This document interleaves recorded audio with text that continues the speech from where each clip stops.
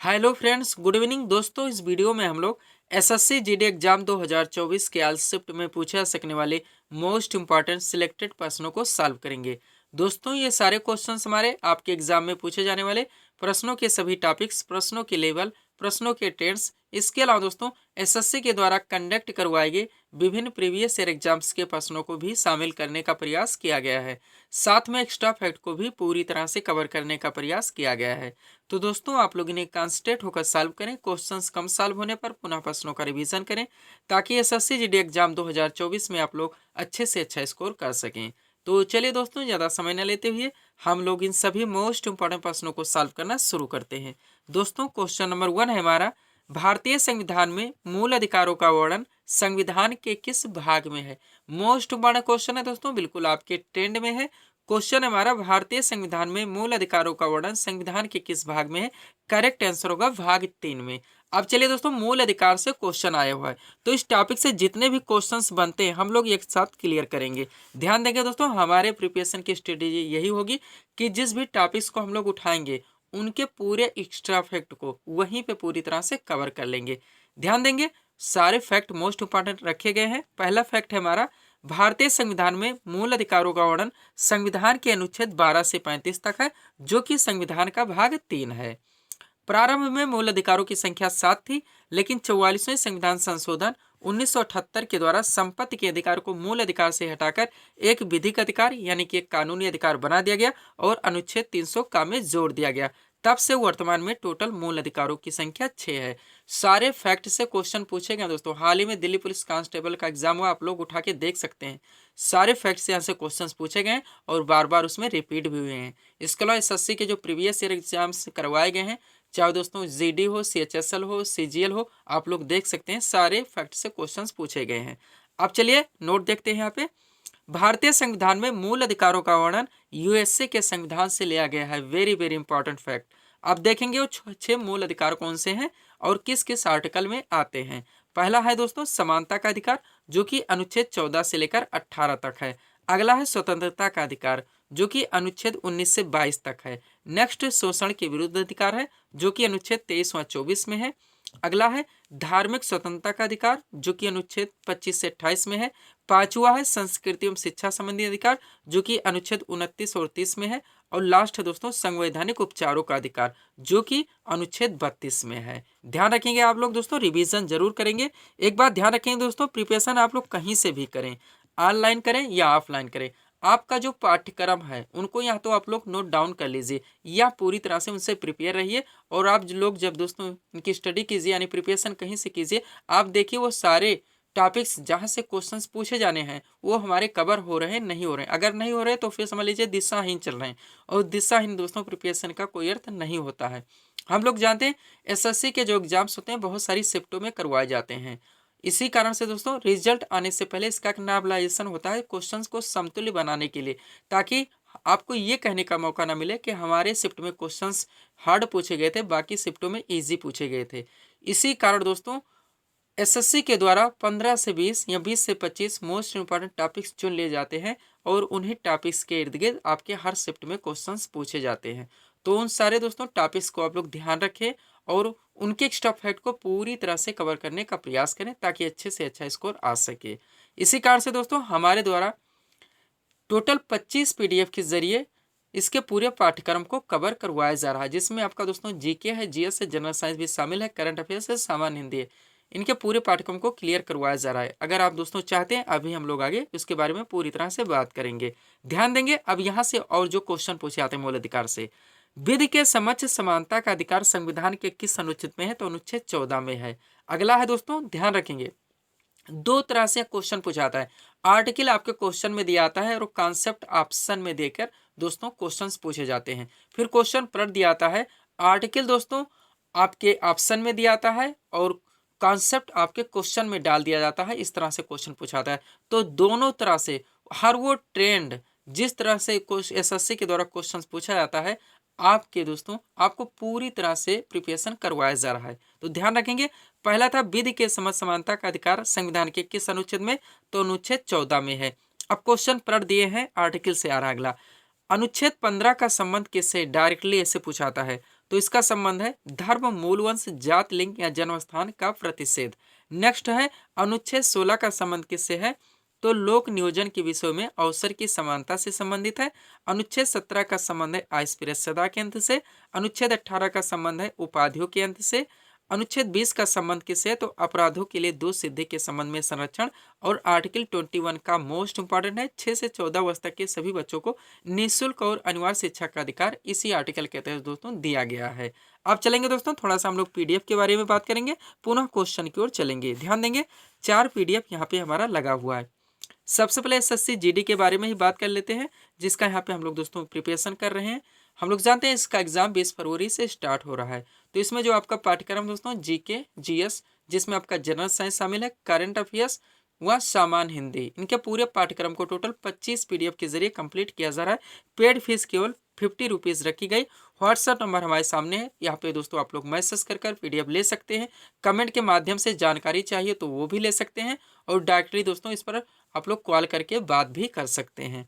दूसरा PDF Bihar SSC 10+2 2023 का लगा हुआ है, इसका भी एग्जाम फरवरी में करवाया जाएगा। इसमें जो आपका पाठ्यक्रम है सामान्य ज्ञान, सामान्य विज्ञान व करंट अफेयर्स, इनके भी पूरे पाठ्यक्रम को टोटल 25 पीडीएफ के जरिए कंप्लीट करवाया जा रहा है पीडीएफ। और दोस्तों इसकी पेड जो फीस है केवल 50 रुपये रखी गई है। व्हाट्सएप नंबर आप लोगों के सामने है। अब दोनों में एक बात कर लेते हैं दोस्तों, कंबाइन की मांग होती है जो कि नहीं किया जा सकता, हम बार बार बोल चुके हैं। कारण है बिहार एसएससी में बिहार जीके, बिहार स्पेशल से भी क्वेश्चन पूछे जाएंगे, लेकिन एसएससी जीडी में नेशनल लेवल के क्वेश्चन होंगे। बिहार एसएससी में सामान्य विज्ञान यानी जनरल साइंस का अच्छा खासा वेटेज है, 25 क्वेश्चन यहाँ से पूछे जाएंगे, लेकिन एसएससी जीडी में कम पूछे जाएंगे। एसएससी जीडी के पाठ्यक्रम में हिंदी भी शामिल है, लेकिन बिहार एसएससी में हिंदी से क्वेश्चन नहीं पूछे जाएंगे। तो क्वेश्चन के ट्रेंड में काफ़ी डिफरेंस है, इसलिए कंबाइन नहीं किया जा सकता। बाकी आपका जो दोस्तों पाठ्यक्रम बचता है मैथ व रीजनिंग, ऑलरेडी इसकी वीडियोस चलती रहती है, आप हमारे पे दोस्तों या कहीं अलग से आप देखकर उनका प्रैक्टिस कर लेते हैं तो आपकी प्रिपरेशन पूरी तरह से कंप्लीट हो जाती है। अगला दोस्तों जो हमारा यहाँ पे पीडीएफ लगा हुआ है वो यूपी पुलिस कांस्टेबल 2023, आप लोग जानते हैं फरवरी में इसका भी एग्जाम करवाया जाएगा। इसमें जो आपका पाठ्यक्रम है सामान्य ज्ञान, सामान्य विज्ञान, करंट अफेयर्स, पुलिस व्यवस्था से संबंधित सामान्य सचेतता के क्वेश्चंस, यूपी स्पेशल व सामान्य हिंदी, इनके पूरे पाठ्यक्रम को टोटल 40 पीडीएफ के जरिए कंप्लीट करवाया जा रहा है। पेड फीस इसकी 100 रुपीज़ रखी गई है। व्हाट्सएप नंबर आप लोगों के सामने मैसेज करके पीडीएफ ले सकते हैं, कमेंट के माध्यम से भी जानकारी ले सकते हैं और इस पर डायरेक्टली कॉल करके बात भी कर सकते हैं। लास्ट है दोस्तों यूपीपीएससी आरओ 2023 के पीटी एग्जाम का, जिसमें 2 पेपर आपके करवाए जाएंगे। 140 क्वेश्चन आपका सामान्य अध्ययन का होगा और 60 क्वेश्चन आपके हिंदी के करवाए जाएंगे। इनके भी पूरे पाठ्यक्रम को टोटल 40 पीडीएफ के जरिए कंप्लीट करवाया जा रहा है। व्हाट्सएप नंबर आप लोगों के सामने है, पेड फीस इसकी 100 रुपीज़ रखी गई। तो SSC GD Bihar SSC 50-50 rupees है, 25-25 पीडीएफ और 40-40 पीडीएफ आपका यूपी पुलिस कांस्टेबल व यूपीपीएससी आरओ का आ रहा है। आगे चलेंगे दोस्तों हम लोग क्वेश्चन की ओर। नेक्स्ट क्वेश्चन दोस्तों हमारा जनगणना से लिया गया है। सबसे पहले क्वेश्चन देखेंगे, उनका आंसर देंगे, पुनः जनगणना से मोस्ट हमारे जितने क्वेश्चन बनते हैं पूरी तरह से कवर करेंगे। ये भी आप लोगों का मोस्ट इंपॉर्टेंट टॉपिक्स रहेगा। क्वेश्चन हमारा 2011 की जनगणना का आदर्श वाक्य क्या है? करेक्ट आंसर होगा हमारी जनगणना हमारा भविष्य।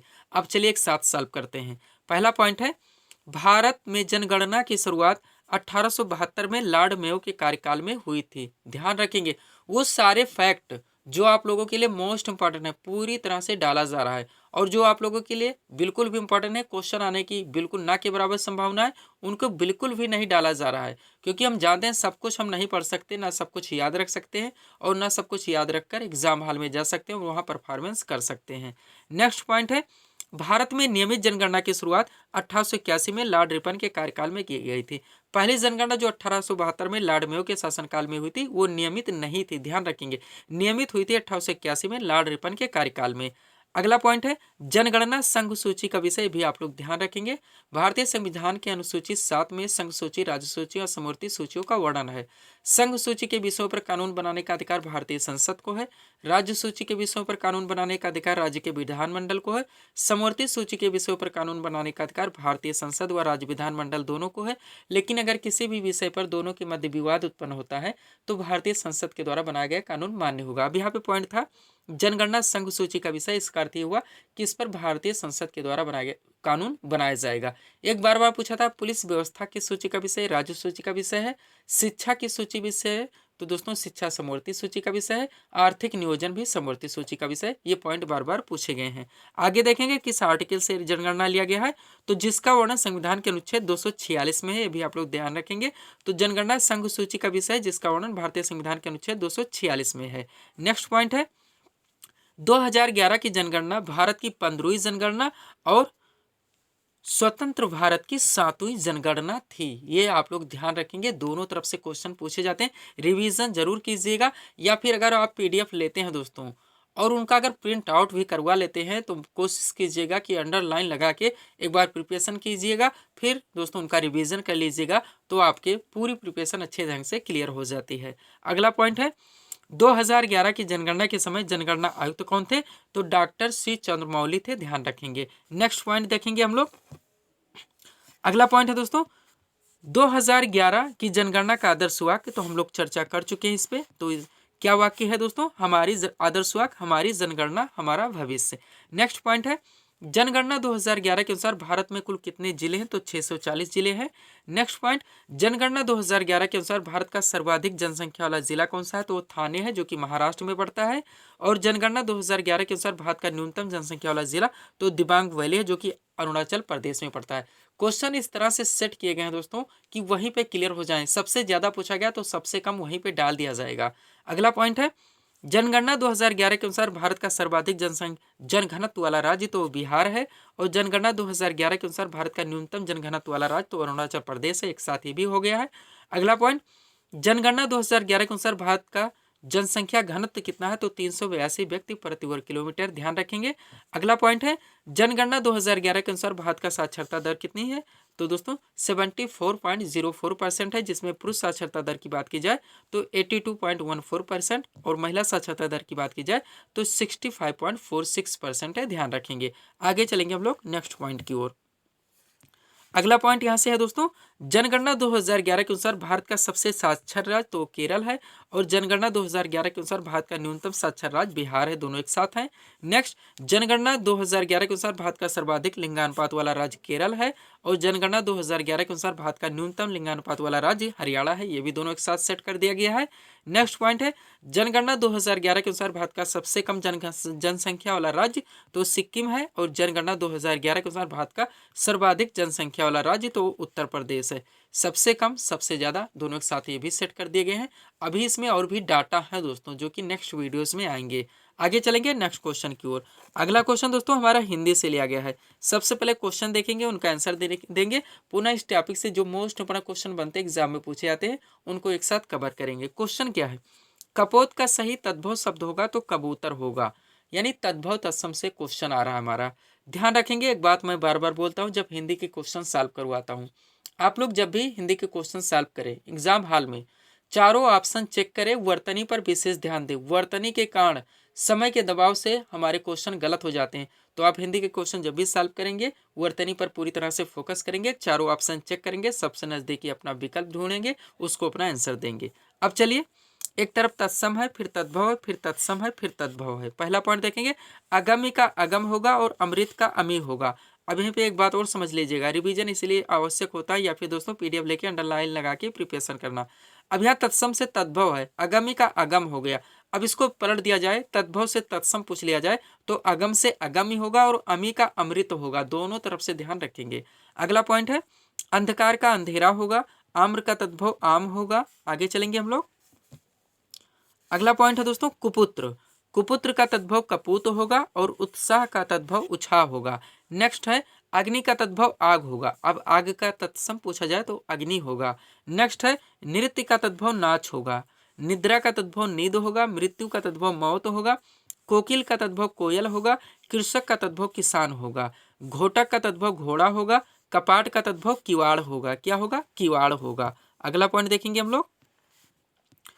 अगला दोस्तों कर्पूर का तद्भव क्या है दोस्तों, कर्पूर का तद्भव क्या होगा, कपूर होगा। अब कपूर को पलट दीजिए, कपूर का तत्सम पूछा जाए तो कर्पूर होगा। नेक्स्ट है कदली का तद्भव केला होगा, कर्ण का तद्भव कान होगा, उत्थान का तद्भव उठान होगा, दंत का तद्भव दांत होगा, दुग्ध का तद्भव दूध होगा, कोकिल का तद्भव कोयल होगा, गृह का तद्भव घर होगा, कृषक का तद्भव किसान होगा, ताम्र का तद्भव तांबा होगा। चलेंगे आगे हम लोग। अगला पॉइंट है दोस्तों रात्रि का तद्भव बताना है तो रात होगा, मस्तक का तद्भव माथा होगा, भगनी का तद्भव बहन होगा, अन्न का तद्भव अनाज होगा, दधि का तद्भव दही होगा, क्षेत्र का तद्भव खेत होगा, घाटिका का तद्भव घड़ी होगा, रक्षा सूत्र का तद्भव राखी होगा, मच्छिका का तद्भव मक्खी होगा, दीप का तद्भव दिया होगा, धूल का तद्भव धूल होगा और कर्म का तद्भव काम होगा। लास्ट पॉइंट बचा हुआ है यहाँ से क्या है दोस्तों, गृह का तद्भव घर होगा और पृष्ठ का तद्भव पीठ होगा। ध्यान रखेंगे, रिवीजन जरूर करेंगे और अगर पीडीएफ लेते हैं तो अंडरलाइन लगा के कोशिश कीजिएगा अच्छी प्रिपरेशन करने की। चलते हैं नेक्स्ट क्वेश्चन की ओर। अगला क्वेश्चन कहाँ से आ रहा है दोस्तों, करंट अफेयर्स से आ रहा है। सबसे पहले क्वेश्चन देखेंगे, उनका आंसर देंगे, पुनः मोस्ट हमारे प्रश्नों को एक साथ क्लियर करेंगे। क्वेश्चन क्या है, हाल ही में मैक्सिको सिटी ग्रैंड प्री 2023 किसने जीती, तो मैक्स वेरस्टेपेन ने जीती। ध्यान रखेंगे आप लोग। अब एक साथ पहले 6 क्वेश्चन देखेंगे, 6 पॉइंट जो कि मोस्ट इंपॉर्टेंट है दोस्तों। ये आपके 10 में इस तरह से एसएससी में अधिकांश क्वेश्चन पूछे जाते हैं। अब इनको कैसे भी करें, ट्रिक लगाएं, तुक्का मारें, आप लोग क्वेश्चंस को मिस नहीं कर सकते। पहला क्या है, इंडियन ग्रैंड प्रिक्स 2023, तो ये मार्को बेजेंची ने जीता है। नेक्स्ट है सिंगापुर ग्रैंड प्रिक्स 2023, तो ये कार्लोस सेंज ने जीता है। अब 4 एक साथ ध्यान दीजिएगा, यही आप लोग टिक लगाइएगा। Italian grand prix 2023, Dutch grand prix 2023, Belgium grand prix 2023 और ब्रिटिश ग्रैंड प्रिक्स 2023, ये चारों के चारों मैक्स वेरस्टेपेन ने जीता है। ध्यान रखेंगे आप लोग। अब चलिए आगे भी करंट अफेयर्स के क्वेश्चंस को सॉल्व करते हैं, ध्यान देंगे आप लोग।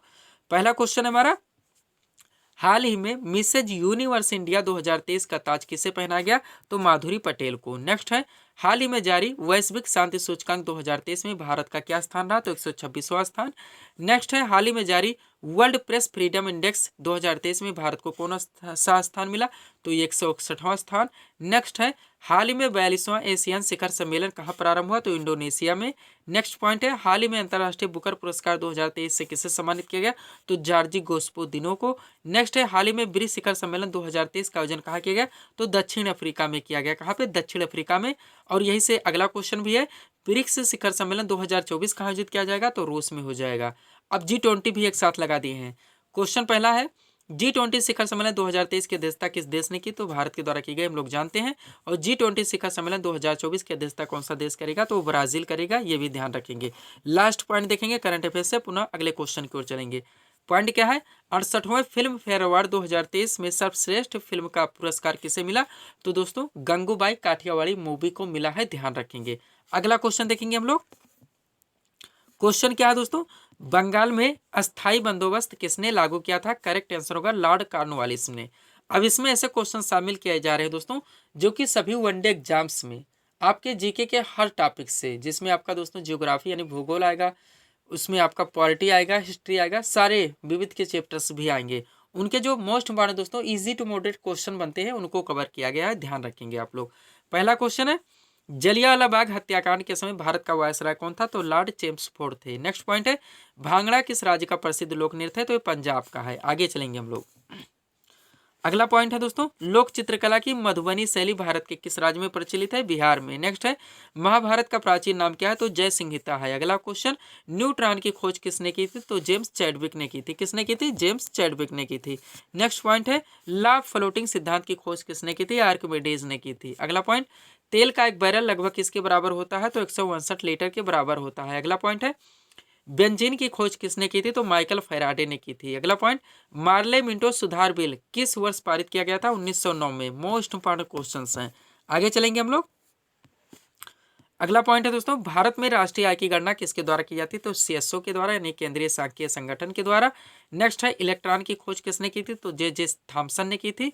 अगला पॉइंट, हर्षचरित के लेखक कौन थे, तो बाणभट्ट हैं। नेक्स्ट पॉइंट, दक्षिण एशियाई खेल परिषद का गठन किस वर्ष में हुआ था, तो 1983 में हुआ था। कब हुआ था, 1983 में। अगला पॉइंट है यहाँ से, गारो, खासी तथा जयंतिया पहाड़ियाँ किस राज्य में स्थित है, तो मेघालय राज्य में। नेक्स्ट, नीति आयोग का गठन कब किया गया था, तो 1 जनवरी 2015 को। अगला पॉइंट है, मुद्रा राक्षस नामक पुस्तक के लेखक कौन थे, तो विशाख दत्त हैं। नेक्स्ट पॉइंट, शिव समुद्रम जलप्रपात किस नदी पर स्थित है, कावेरी नदी पर। और रोवर्स कप किस खेल से संबंधित है, तो फुटबॉल से संबंधित है। ये थे दोस्तों आपका जिसमें जीके के सामान्य विज्ञान शामिल थे, हिस्ट्री शामिल था, जियोग्राफी शामिल था, पॉलिटी व विविध के चैप्टर भी शामिल थे। इजी टू मॉडरेट क्वेश्चन से जो कि आपके हर वनडे एग्जाम से पूछे जाते हैं और रिपीट भी होते रहते हैं। नेक्स्ट क्वेश्चन देखेंगे हम लोग यहाँ से। क्वेश्चन क्या है दोस्तों, पंडित रविशंकर का संबंध किस वाद्य यंत्र से है? करेक्ट आंसर होगा सितार से। ये भी आप लोगों का मोस्ट इंपोर्टेंट टॉपिक है, वादक एवं उनके वाद्य यंत्र।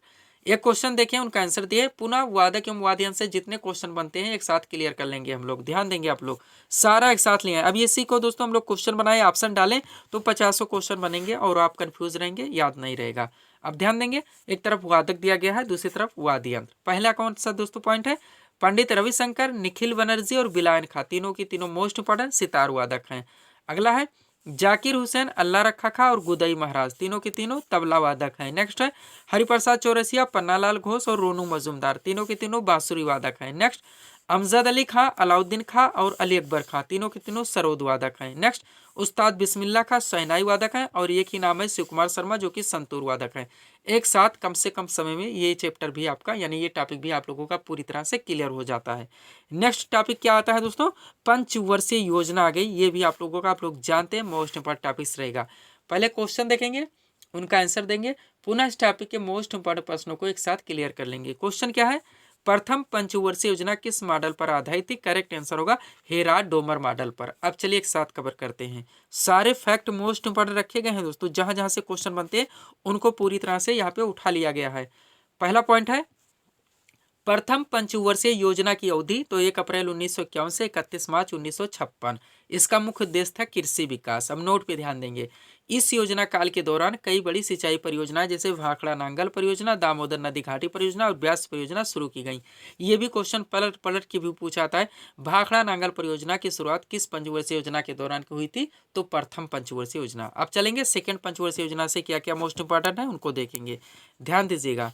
दूसरी पंचवर्षीय योजना की अवधि 1 अप्रैल 1956 से 31 मार्च 1961। मॉडल था दोस्तों पीसी महालनोबिस मॉडल पर आधारित थी। इसका मुख्य उद्देश्य औद्योगिक विकास था। अब नोट देखिएगा, दूसरी पंचवर्षीय योजना के दौरान ही राउरकेला, भिलाई और दुर्गापुर में इस्पात कारखाने क्रमशः पे ध्यान दीजिएगा जर्मनी, रूस और ब्रिटेन के सहयोग से लगाए गए थे। यानी जर्मनी दोस्त के सहयोग से राउरकेला स्टील प्लांट, रूस के सहयोग से भिलाई स्टील प्लांट और ब्रिटेन के सहयोग से दुर्गापुर स्टील प्लांट लगाए गए थे। अब चलेंगे तीसरी पंचवर्षीय योजना से जो क्वेश्चन पूछे जाते हैं उनको कवर करेंगे, ध्यान देंगे आप लोग। क्वेश्चन है किस पंचवर्षीय योजना के दौरान हरित क्रांति शुरू हुई थी? तो तीसरी पंचवर्षीय योजना है। अगला पॉइंट है किस पंचवर्षीय योजना को सबसे असफल माना जाता है? तो भी तीसरी पंचवर्षीय योजना ही है। कारण इसमें देखेंगे जो नोट दिया गया है, तीसरी पंचवर्षीय योजना की असफलता के मुख्य कारण भारत चीन युद्ध जो कि 1962 में हुआ था, ध्यान रखेंगे, ये भी क्वेश्चन डायरेक्टली जीके में पूछा जाता है। अगला है भारत पाक युद्ध जो कि 1965 में हुआ था और तथा भूतपूर्व सूखा जो कि 1966 में पड़ा था। यही कारण थे तीसरी पंचवर्षीय योजना की असफलता के। अब देखेंगे चौथी पंचवर्षीय योजना से क्या क्या मोस्ट इंपोर्टेंट है। किस पंचवर्षीय योजना में 14 बैंकों का राष्ट्रीयकरण किया गया? तो भी चौथी पंचवर्षीय योजना थी। और किस पंचवर्षीय योजना में इसरो की स्थापना की गई? तो भी चौथी पंचवर्षीय योजना ही थी। मोस्ट इंपोर्टेंट है दोनों फैक्ट। चलेंगे पांचवी पंचवर्षीय योजना की ओर।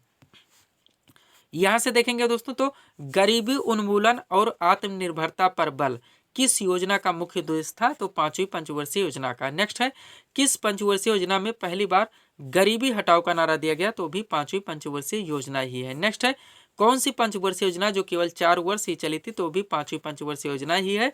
और लास्ट पॉइंट है यहाँ से किस पंचवर्षीय योजना में भारतीय राष्ट्रीय राजमार्ग प्रणाली की स्थापना की गई? तो भी पांचवी पंचवर्षीय योजना ही है, ध्यान रखेंगे आप लोग। अब छठी पंचवर्षीय योजना देखेंगे जो हमारा लास्ट पॉइंट होगा।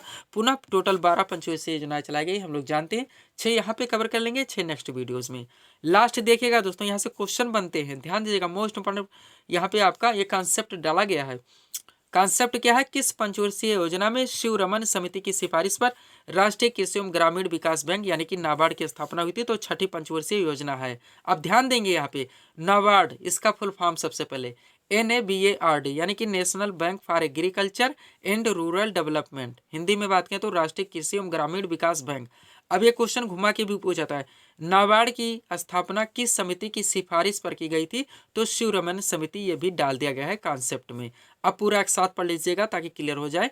किस पंचवर्षीय योजना में शिवरमन समिति की सिफारिश पर राष्ट्रीय कृषि एवं ग्रामीण विकास बैंक यानी कि नाबार्ड की स्थापना हुई थी? तो छठी पंचवर्षीय योजना ही है। अब आप लोग कमेंट करके बताएंगे दोस्तों कि छठी पंचवर्षीय नाबार्ड की स्थापना कब हुई थी, ये आप लोग कमेंट करके बताएंगे। तो ये थे दोस्तों इस सीरीज के टॉप एमसीक्यूज के प्रश्न जिनको यहाँ पे हम लोगों ने सॉल्व किए हैं। उम्मीद है दोस्तों आप सभी लोगों ने सॉल्व किए होंगे और देखे होंगे कि यहाँ से आपके कितने प्रश्न सही हो रहे हैं। तो दोस्तों इसी तरह के वीडियोस के लिए आप हमारे स्टडी चैनल शिव कृपा क्लासेस से जुड़े हैं, चैनल को सब्सक्राइब करें ताकि हमारे द्वारा दी जाने वाले सभी वीडियोस आप क्रम से सबसे पहले देख सकें। तो मिलते हैं दोस्तों हम नेक्स्ट वीडियोस में। Thanks for watching.